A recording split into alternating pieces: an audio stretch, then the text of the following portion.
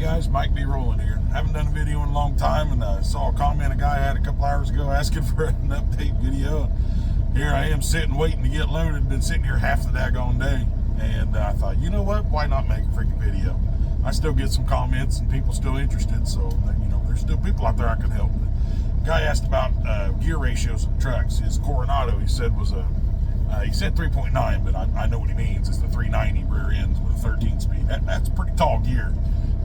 If you're running in the mountains of Kentucky and things like that, 390s, 410s, they're great gears. That truck will pull like crazy, pull a hill like nothing.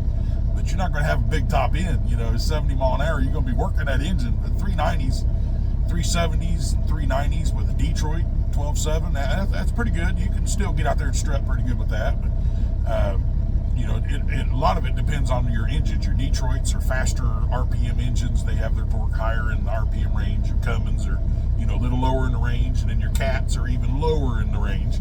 So, you're going to have different rear ends for different truck types or engine types, especially in these older trucks, which is another video another fella asked me to do. But with the Detroit, the 390s, that's a good gear. Freightliner there for a long time was putting 373s with the 13 speeds in the Freightliners. I had a truck that had 373s with a 10 speed, and man, that thing would fly, and it would pull too. It did really well.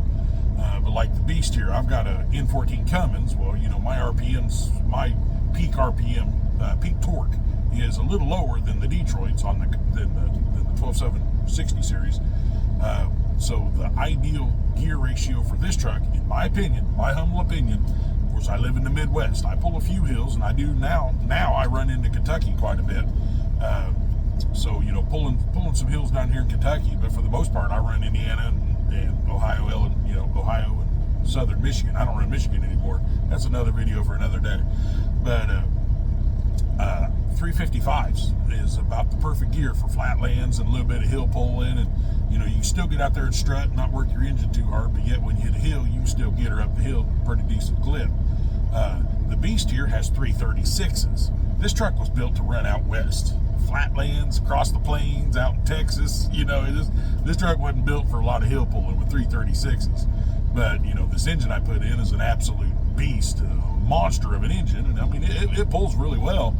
But that's the next thing I want to do to the Beast. The only thing really that I need to do to this truck is I'm going to change out the guts on both rear ends and take them from 336s up to 355s. And I'll actually slow my top end down because, hell, it's a triple-digit truck. I don't need to do triple digits. I need to pull a mountain of a load at 65, 70 mile an hour. That 70's pushing it. 65 is plenty for the most part. 68, that's about all I really need to do. With that much weight on, you should be out there scooting much weight as I pull, But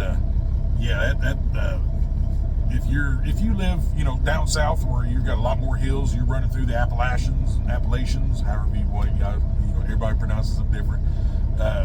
If you're running through the hills and hollers down there, the 370s, 390s, 410s even, depending if you're running a dump bucket or something, you just need your top speed's going to be 70 mile an hour, but you need to pull like a bastard on them hills.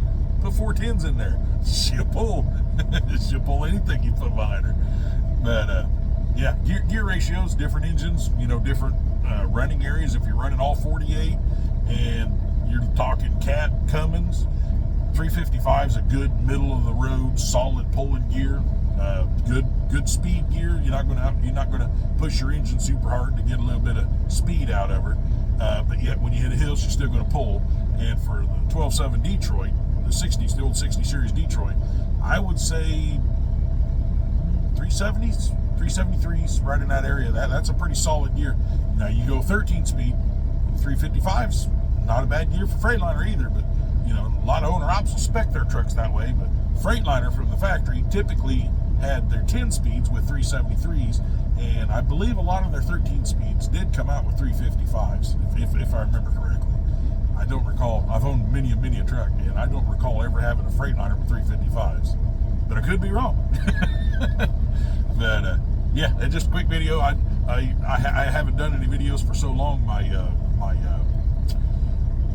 The Philmora thing there. They want me to pay money to edit these videos and whatnot. So the videos I'm doing right now for the near future are just going to be raw cut and no editing, and just put them out there. So if I make a mistake, it's there forevermore, boys.